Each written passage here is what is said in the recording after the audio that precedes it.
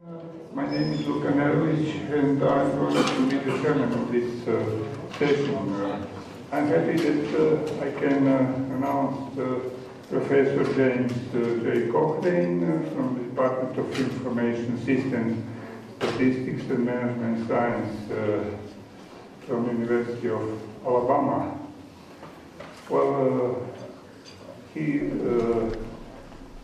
got his PhD in 1997, and from professional experience I just mentioned that he is from August this year at Alabama University, Department of Information Systems, Statistics and Management Science, and before that he was at Louisiana Tech University, Professor of Quantitative Analysis and Computational Modeling. Let me congratulate Professor Cochran for American Statistical Association Founders Award in 2004. And let me read something about him before his talk. So he has been a faculty member at Wright State University, University of Cincinnati, Drexel University, and Louisiana Tech. In August 2014, he became a professor of applied statistics and Rogers Spivey Faculty Fellow at Alabama University. He served as a visiting scholar at a number of universities, like Paul University, Bernard da Vinci Universidad de Talca, University of South Africa, Stanford, and University of Miami University. His research interests include statistical methods, statistical learning, data mining, computational statistics, sample-based and Bayesian optimization, and applications of statistics and operations research to problems from a wide variety of engineering, marketing, accounting, and education. He has published a number of papers in journals such as Management Science, Journal of Combinatorial Optimization, Statistics and Probability Letters, Annals of OR, European Journal of Operational Research, Communications in Statistics, Theory and Methods, Interfaces, and American Statistician. Professor Cochran is also co-author of 5 books in the area of OR, including Essentials of Business Analytics 2013. He is the founding editor of the editor-in-chief of the Encyclopedia of Operations, Research and Management Science, which received the award Outstanding Business Reference by the Reference and User Services Association. He has received a number of honors and awards, such as the American Statistical Association Founders Award for 2014, which I already mentioned, but Fellow of the American Statistical Association 2011, Mu Sigma Rho Statistical Education Award 2010, Informs Prize for the Teaching of ORMS Practice 2008, and others. Professor Cochran has served as a consultant for many companies, government agencies, and NPOs, and he has chaired the Teaching Experience Colloquium workshop in a number of countries around the world. So, Professor Cochran, stage is yours. Thank you, and happy birthday. Thank you.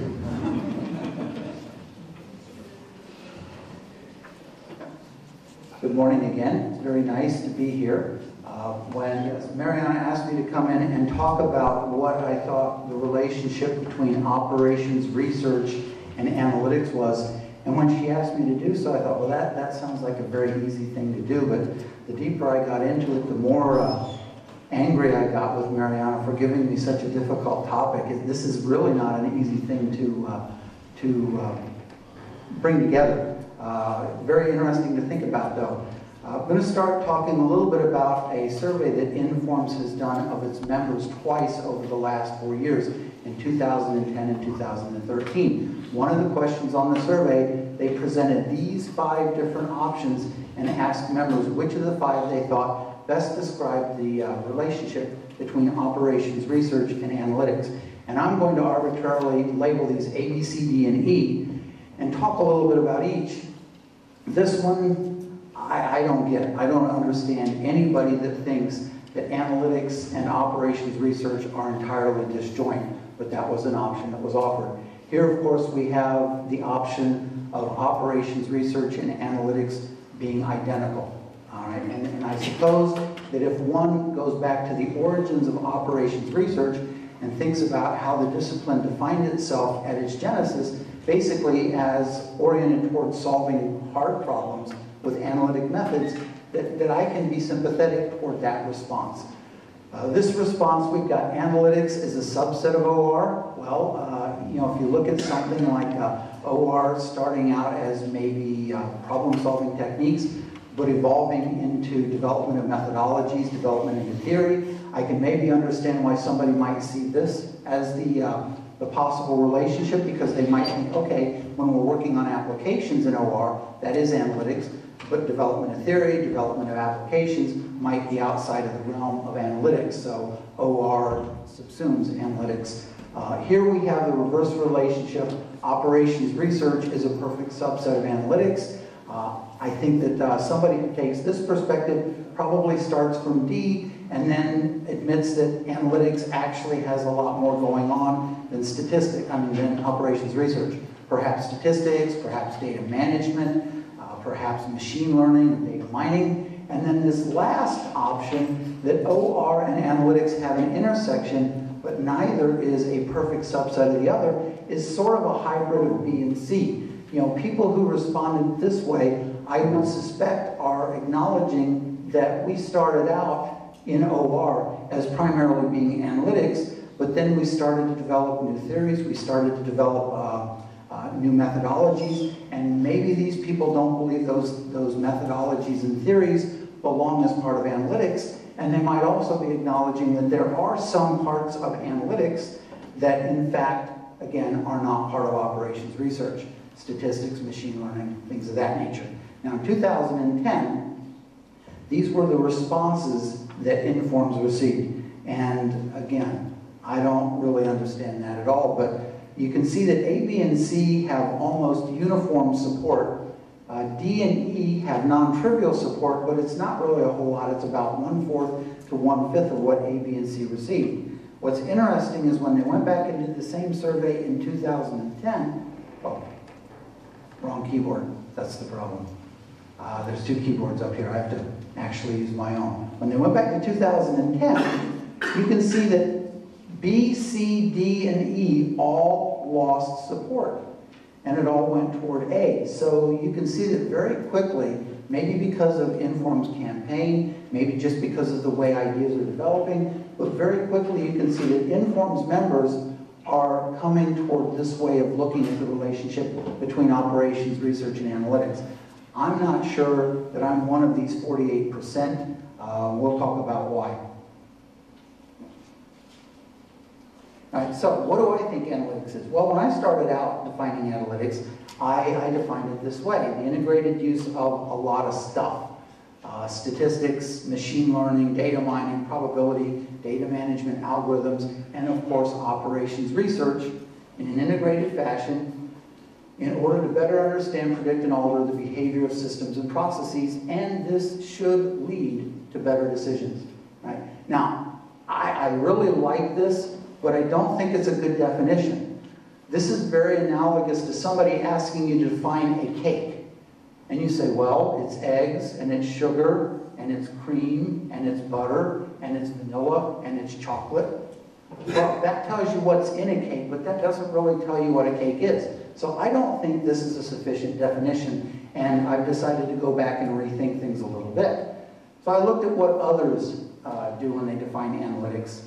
The Merriam-Webster Online Dictionary defines analytics as the method of logical analysis. And I'm sorry, I wish I could tell you what that actually really means.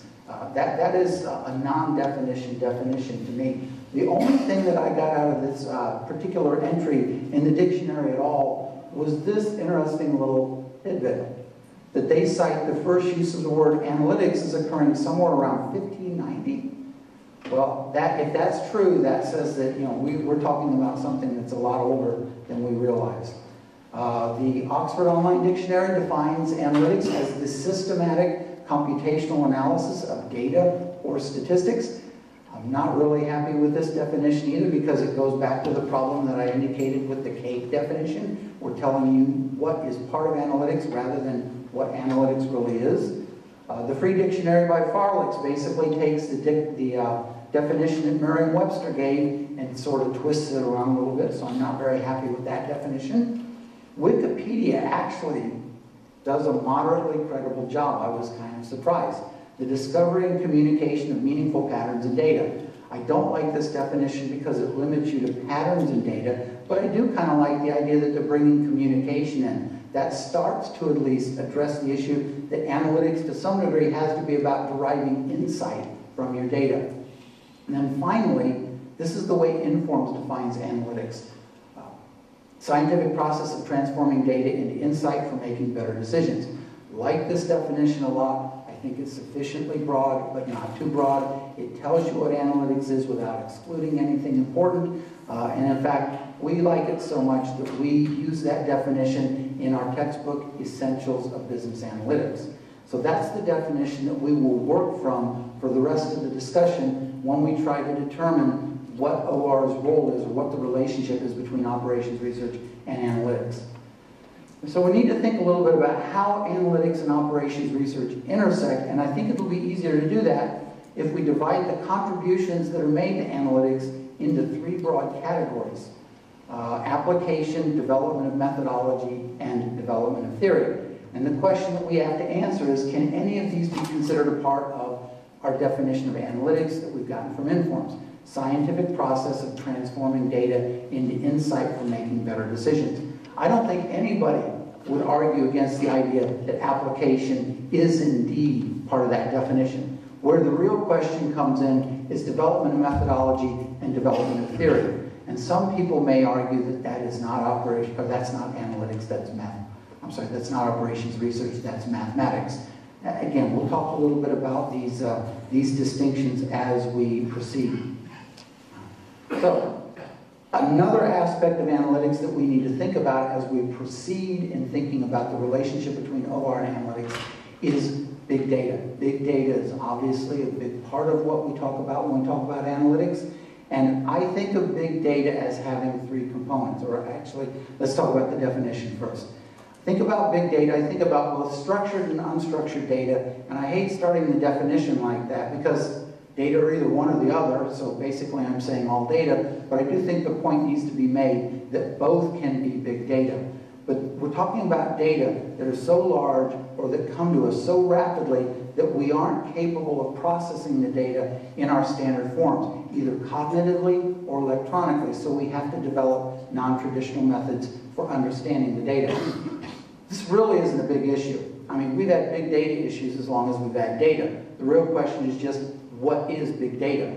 20 years ago we had big data issues, but we weren't talking about terabytes and gigabytes, right? And in the future we'll have big data issues, but we'll be talking about something much larger, I'm sure. So this isn't a problem that goes away. And it means different things to different people and different organizations at different points in time. A lot of what you think about as big data depends on your personnel as an organization, depends on the technology and the software that you have.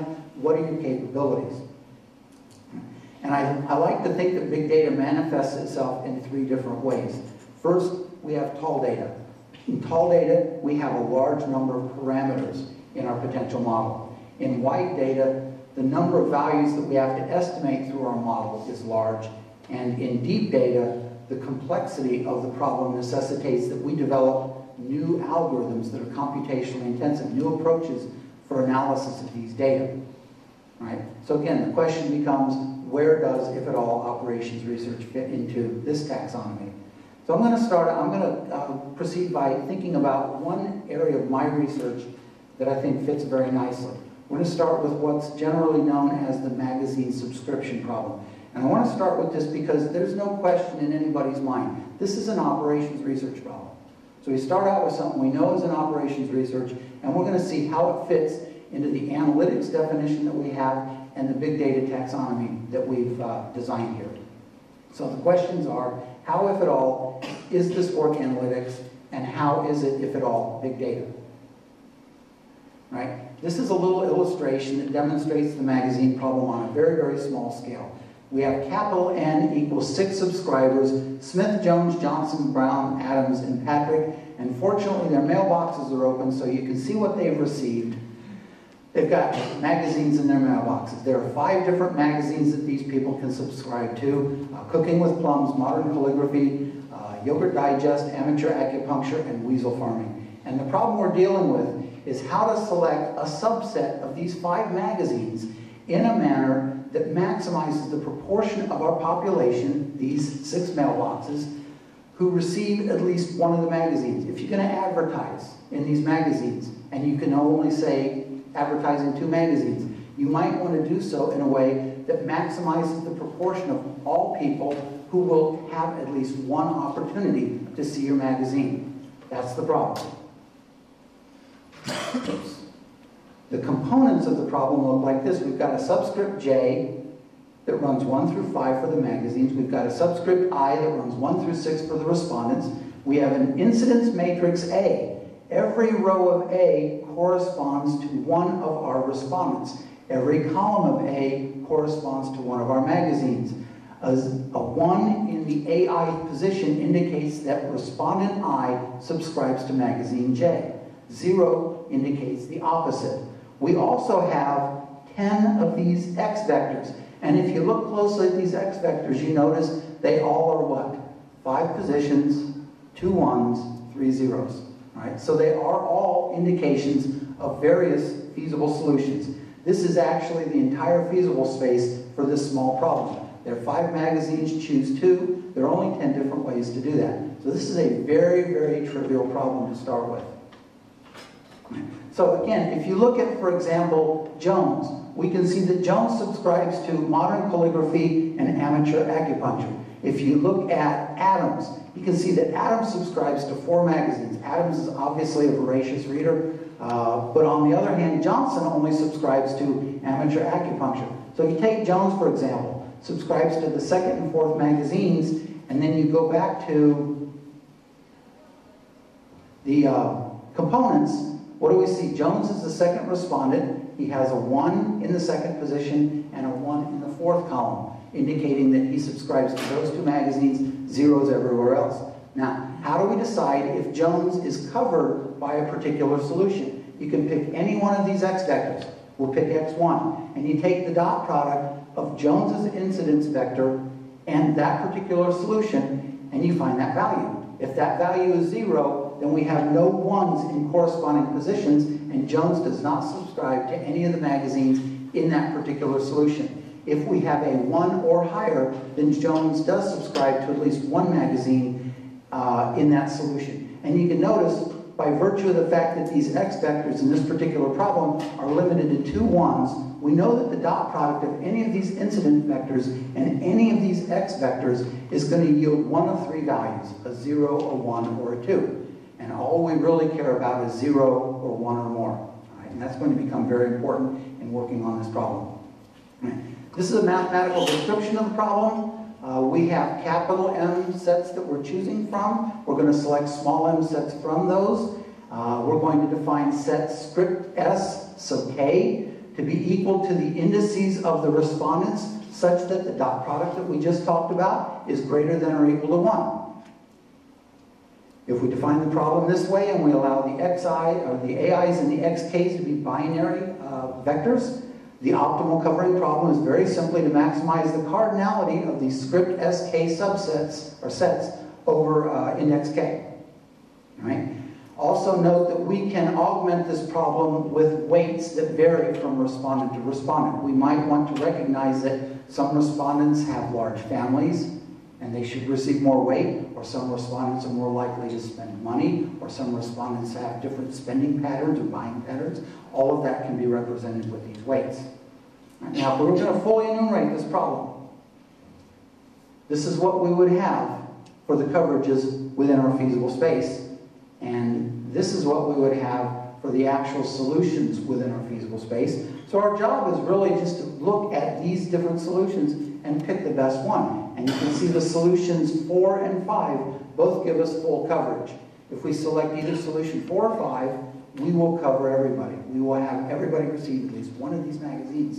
So the optimal solution here is either to advertise in Cooking with Plums and amateur acupuncture, or modern calligraphy and amateur acupuncture, and receive 100% coverage. Generically, what this looks like if we were to formulate this as an integer programming problem is this. And I don't think this is anything that anybody hasn't seen before. What I want to do is take this and expand it for this particular problem.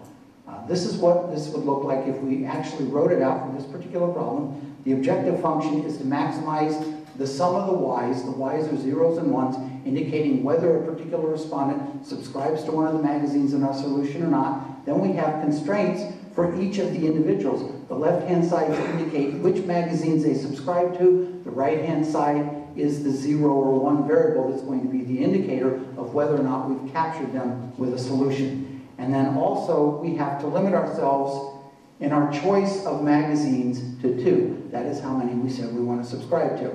Very, very simple formulation. Very simple, as I said, trivial problem, right? But, and of course the optimal solution to this doesn't change, same solution.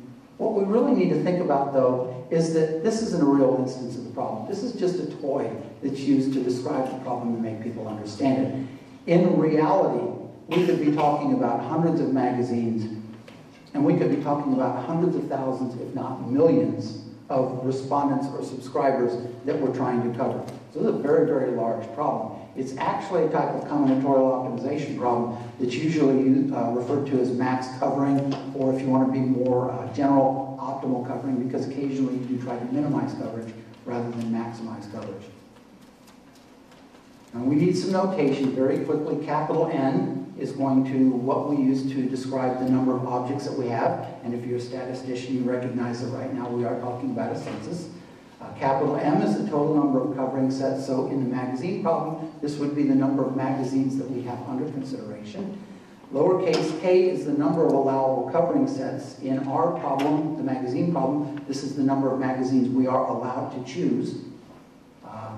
Lowercase a sub im is equal to 1 if object or subscriber I belongs to or subscribes to magazine or covering set M, and 0 otherwise.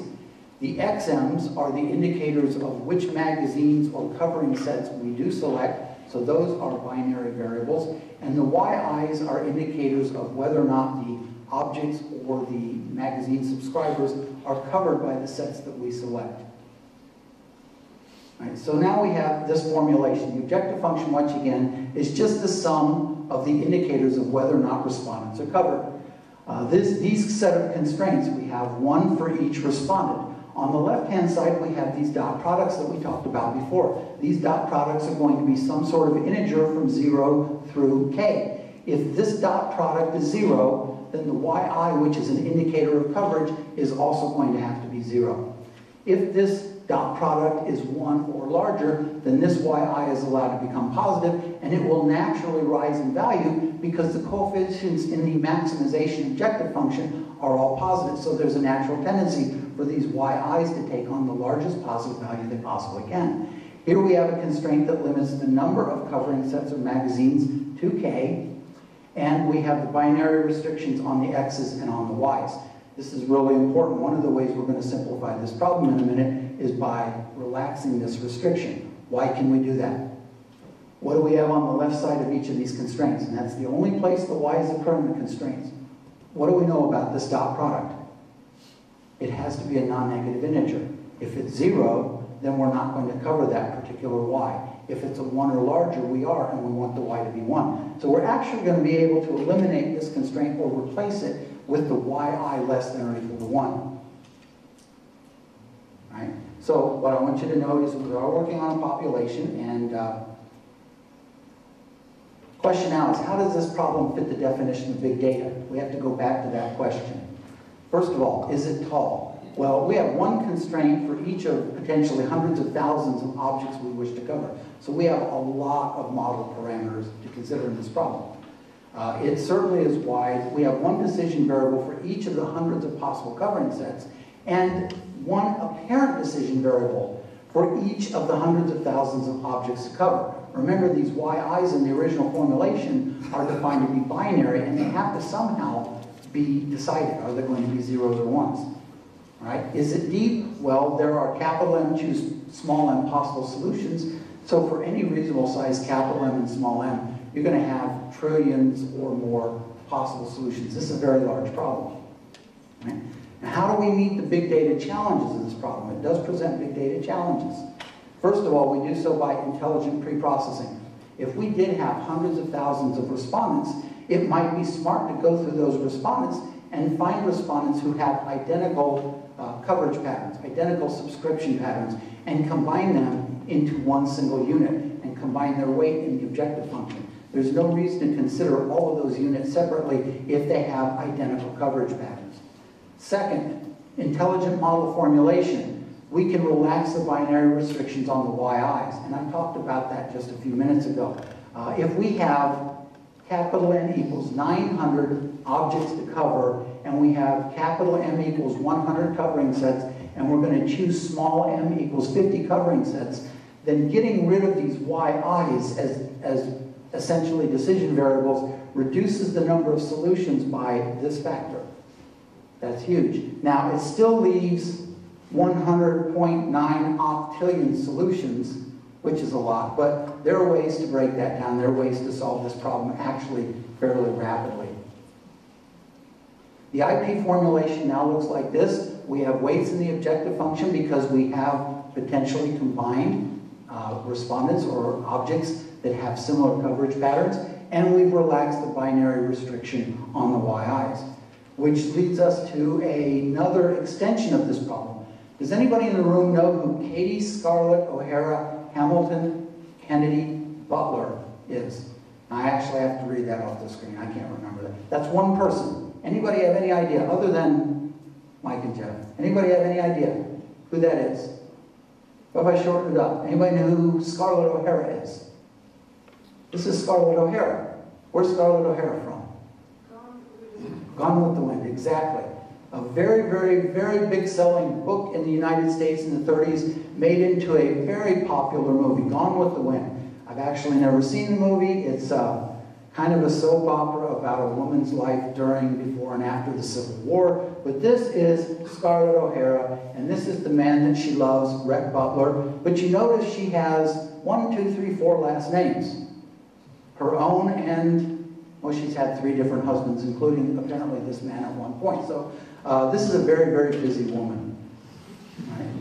Now, why is this of interest? It's of interest because somebody came to me several years ago when I was working for a marketing research firm as the director of analytic and computing services. We had a client come to us and they wanted to talk to me about optimizing the plot for the sequel to this movie. It's a very, very curious question. How would you optimize the plot for a sequel to a movie? Well, this was really intriguing to me for a lot of different reasons. Of course, it's a very non-traditional problem. It's going to be something that's very interesting to look at just because of the nature of the problem. It's going to present an awful lot of very interesting modeling challenges, and I think maybe I'm a little bit subversive. It upset a lot of people, and that didn't hurt my feelings at all either. I thought that might be kind of fun. But then finally, I'm working in marketing. I'm working for a marketing researcher, and this is 20-some years ago. Marketers really hadn't started to utilize constraint optimization or mathematical programming. So I thought this was a really good opportunity for my business and for me to stretch into a new area. The notation for this general IP formulation looks like this. We go from capital N to small n because we're now obviously going to be working with sample data. Capital K is the number of attributes that this plot is going to have. You can think about this plot for the movie like you would think about a product. Products are comprised of many different attributes. If you're going to buy a car, there's a style of roof, there's a color, there's a type of transmission. All of these are considerations when you buy a car. These capital K are the different considerations that you have to make. Then within those capital K, we have capital L sub K, which are the different levels of those attributes or considerations. You know, you might be looking at a car that could be blue or green or red. You might be looking at a car that could have a hard top or a convertible or a sunroof. All right, those are different options that we have for the various attributes. All right. Then we have these UKL super I, which is kind of funny notation, but it's very simple. All these are fractional measures of how much value or utility the ith respondent in your data associates with level L of attribute K. How much is a green car worth to you, relatively speaking? How much is a red car worth to you, or a blue car? How much is a sunroof or a convertible or a hardtop worth to you, relatively speaking? We have these HI. This is the minimum amount of value or utility that you have to generate through these utilities in order to satisfy someone and get them to consider buying your product. They're called the hurdles. Then we have these XKL. These are indicators. They're ones and zeros. They indicate whether level L of attribute K is chosen or not. And then we also have the YIs as before that indicate whether or not respondents are actually covered. Right. This is what the formulation looks like. The objective function doesn't look any different, but if you look at this set of constraints, we once again have one constraint for each respondent. What do we have on the left? The dot product of the utilities and the indicator vector of a particular solution. So here we have zeros and ones, here we have utilities. When we take the dot product, we're going to get a fractional value, most likely. Here we have the YIs, which are zeros and ones. Here we have the hurdles. Again, when we take the product of those, we're going to get either 0 or possibly some fractional value. This looks a little bit different as well. Let's see. There we go. This looks a little bit different as well. We now don't limit the sum of the x's to 1, but we have different product attributes. Every attribute, we have to limit the number of levels we choose to 1. You don't buy a car that's both a convertible and a hardtop. You have to choose one level of each attribute, and that's what these constraints, in combination with the binary limitations on the x's, force us to do. And then, of course, we have binary limitations on whether or not the individuals are covered as well. So, how does this problem fit into big data? Exactly the same way as the previous problems. It's wide, it's tall, and it's deep. And I think it's a little easier to see that with this particular example. Right? How do we meet these challenges? Well, this problem is a little bit different than the previous problem. So there were several things that we did, and we actually did solve this problem in another form and published the work in Management Science in 2006, 2005, something like that. Start out by sampling, using a random sample instead of trying to collect a census of data from the population. Secondly, we did, again, intelligent preprocessing. We would combine objects with like covering patterns. And then third, intelligent algorithm development. And this is where we really got a lot of bang for our buck. We started out with a basic branch and bound algorithm, but we limited our branching to the XKLs because these are really the decision variables. The YIs are determined by these values, really. The YIs should never be treated as decision variables. So we're going to branch on the XKL, and then we're going to logically peg the YIs. And this is the way we're going to do it. At every branch, for every respondent, we can look back at all of the levels that we've already determined to get to that branch, and we can sum the utilities for every respondent to that point. So now we know how much value to that point we've created at that branch for every individual. Then we can look forward to all the other branches that have yet to be determined. And we can find the maximum amount of utility for a particular respondent that we could get at every ensuing branch. We add those values together, we add that to the utility that that respondent has already accumulated. That's the maximum utility that that respondent could ever get from that point forward in the tree. Now, if that utility, the maximum that that person, that respondent could ever get from that point forward, does not exceed that person's hurdle, what do we know about that particular respondent? From that point forward, there's no way to cover that respondent, right? The maximum amount of utility we possibly could generate for that respondent is less than the hurdle that we have to exceed in order to cover that individual. So, from that point forward, we put that individual in a bin, that respondent, that object, and we don't consider it anymore for that part of the tree. Then we do the same thing, only we look forward and we find the minimum utility that we could generate at every ensuing branch for that respondent. We add those together, add that to the amount of utility we've already generated for that respondent. Now what do we have? From that point forward, what's the worst we could do for that respondent? And if that actually exceeds the hurdle, what do we know about that respondent? It doesn't matter what we pick from that point forward, that respondent will be satisfied. So what do we do with that respondent? We put it in another bin, and we count it as covered, and we ignore it from that point forward in the tree. Right? And this actually accelerates the solution process unbelievably.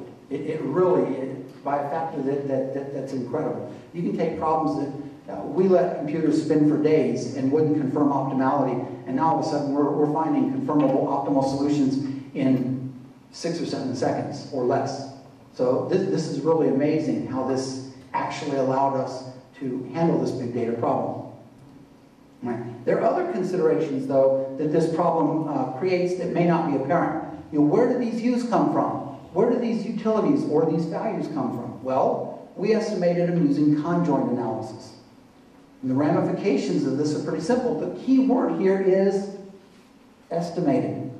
These aren't known values anymore, they're estimates. So that means at optimality, we don't have a deterministic solution. At optimality, we now have an estimate of the collection of attributes that are optimal. We don't know that that's the true optimal collection. We don't even know the probability. That's an interesting question. We also only have an estimate of the maximum for this problem, the coverage that's achieved at optimality. These things need to be considered very carefully. They need to be considered carefully because the max cover problem, it's everywhere. It's amazing. When I was working on my dissertation at one point, I was talking about this the other night, I was sitting on the couch with my wife watching TV and some show was on and I kind of nudged her and I said, that's a max cover problem. And she looked back at me and she rolled her eyes and she said, everything is a max cover problem. Now, that's the way it is when you're immersed in your dissertation. That's all you really see. But when I look at these problems, all I see is sample data. Maybe it's because I'm a statistician, but all I see are problems solved over sample data. So we really need to think about how we're going to handle these problems because they're solved over sample data. There are a lot of very interesting things that we can do with these problems because they're solved over sample data. We could talk about how likely it is that we've actually identified the optimal solution with our sample data. A very, very interesting and very difficult problem. We can talk about how much variance is there in our estimated coverage. Right? This is some really important information, and we have developed some ways to, closed-form ways to actually calculate the variance, but they're computationally near impossible. There are some good ways to estimate the variance. Is there a bias in the estimate of your coverage? If so, in what directions does this run? Well, we've actually been able to prove that under certain conditions, you have an optimistic bias. And what does that mean, optimistic bias? If you're maximizing, you tend to overestimate the coverage that you would achieve in the population. And if you're minimizing, you actually tend to underachieve. And we do have solid proof of that. Right. So understanding these characteristics are going to enable us to do a lot of things. We can produce a bias-adjusted estimate of the optimal maximum or minimum. We can estimate the sample size that's going to be necessary for us to have a given level of precision in our estimate of the maximum or minimum. We can build confidence intervals and test hypotheses. We can estimate the probability that the maximum or the minimum will fall into or out of some important range for us. We can justify the adoption of some solution that appears to be suboptimal on sample data because it's just barely suboptimal, and statistically we can't make a distinction between this solution and what is optimal on the sample data. And we can allow for the development of Bayesian and predictive approaches so that we can integrate prior information and beliefs. And we actually have developed some of these techniques as well. So just a couple more slides and we'll call it. The morals of these examples are pretty straightforward. First of all, how is sample-based maximal coverage, the problem we ended up talking about, analytics? Again, I think everybody agrees that in application, this certainly is analytics. There's nothing to discuss there. But development methodology. In this particular case, what are we talking about in terms of development methodology? We're talking about Bayesian and predictive approaches to the problem. We're talking about the algorithm that we developed for solving the problem. Right? Those are all methodologies that were developed to solve some specific, real, and important, at least to us, problem. So I think that there's no question that what we've done in methodological development falls under Inform's definition of analytics. And then finally, development of theory. Well, in this problem, what is the development of theory? All right, the development of theory is in finding formulas, closed-form formulas, for the variance of the maximum or minimum. It's in finding the proof of the bias, the existence of the bias. Well, those are theoretical developments, but they're theoretical developments that were motivated by and help us achieve understanding of a very specific problem. So once again, I would argue what we did in theoretical development falls under Inform's definition of analytics. All three of these categories for this research contribute to the employment of a scientific process that transforms data into insight for making better decisions. I don't think there's any question. So that leads me to say OR is a perfect subset of analytics. That's my conclusion. I could change my mind at some point, but that's where I am right now. Now, is this a big data problem? Again, it certainly is. It's tall, it's wide, and it's deep. If you have only 20 attributes for your product, which is a fair number but not an exorbitant number, and every one of those attributes has 5 levels that you can choose from, there are 95.4 trillion possible solutions. If you solve this problem at 1 million solutions per second, it would take you basically the life expectancy of a male in the United States to fully enumerate the problem. Obviously, we don't do that. We have algorithms that can much more efficiently solve this problem, but it is a big problem and it does require those sorts of algorithms to actually solve. So, last important note before I get to one other point is that the only way to work on this problem is to actually integrate all of these different disciplines. And I think this is where we have to go as a discipline. We have to be working more with other disciplines. If we really want to be part of the analytics world, we have to recognize the problems that are coming to us now are much more difficult than they used to be, not only because they're big, they're tall, they're wide, they're deep, but also because the interdisciplinary nature of problems that have to be solved now, right? And when we think of interdisciplinary, we usually think of working with accountants or working with engineers. I think we need to think about working with other mathematicians as well, right? These research questions that we discussed, they couldn't be addressed if you omitted any single one of these other disciplines. Last thing I want to talk about is I have actually seen several places where people have talked about and discussed big data bringing the end or bringing in the end of the scientific method, right? One quote in particular that I find particularly curious. There is now a better way. Petabytes allow us to say correlation is enough. We can stop looking for models. We can analyze the data without hypotheses about what it might show. We can throw the numbers into the biggest computing clusters the world has ever seen and let statistical algorithms find patterns where science cannot. All right, well, first of all, I'm a statistician. And this implies what about statistics? Read this carefully. Let statistical algorithms find patterns where science cannot. So what's the implication about statistics? It's not a science. Yes, I take a lot of exception to that. And in fact, I tell my students that I believe statistics to be the purest of all sciences. Because hypothesis testing is nothing but the implementation of the scientific method. And every science, except for one, has to lean on statistics for its results. And that one that I can think of is pure theoretical mathematics. Even physicists use statistics now. Now, this quote came out of Wired magazine about 6 years ago. But like I said, there are a lot of other people who said similar things. So to me, the implication is they're saying we shouldn't be concerned about noise. We shouldn't be concerned about causation. We shouldn't be concerned about understanding or explaining what we see. Now, there's a lot of information there. We shouldn't be concerned about whether or not the data are representative of what we're trying to draw conclusions about. We shouldn't be concerned about whether or not our personal biases are leading us to draw conclusions about the data rather than learning truth from data. So I don't see how, without the scientific method, we can ever have confidence in what we observe. So this concerns me a little bit. You do have some people working in analytics now who are basically trying to tear down the scientific method and really what we all stand for and what we all represent. A little concerned about that, but I will call it at that point, and thank you very much for your kind attention.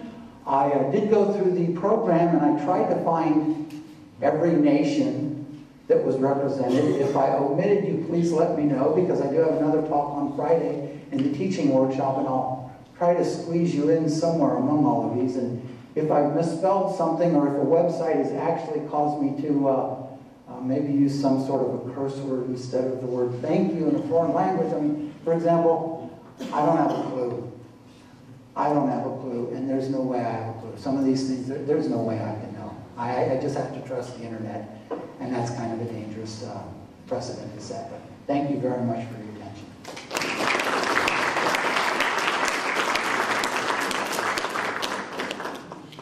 Thank you very much, Professor Cochran, for your very interesting presentation, your lecture.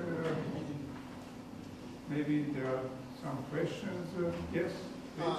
What about data science? How do you find it fits into all this? Well, I think I'd go back to what I said about everything else. It really depends on how you define data. Sure.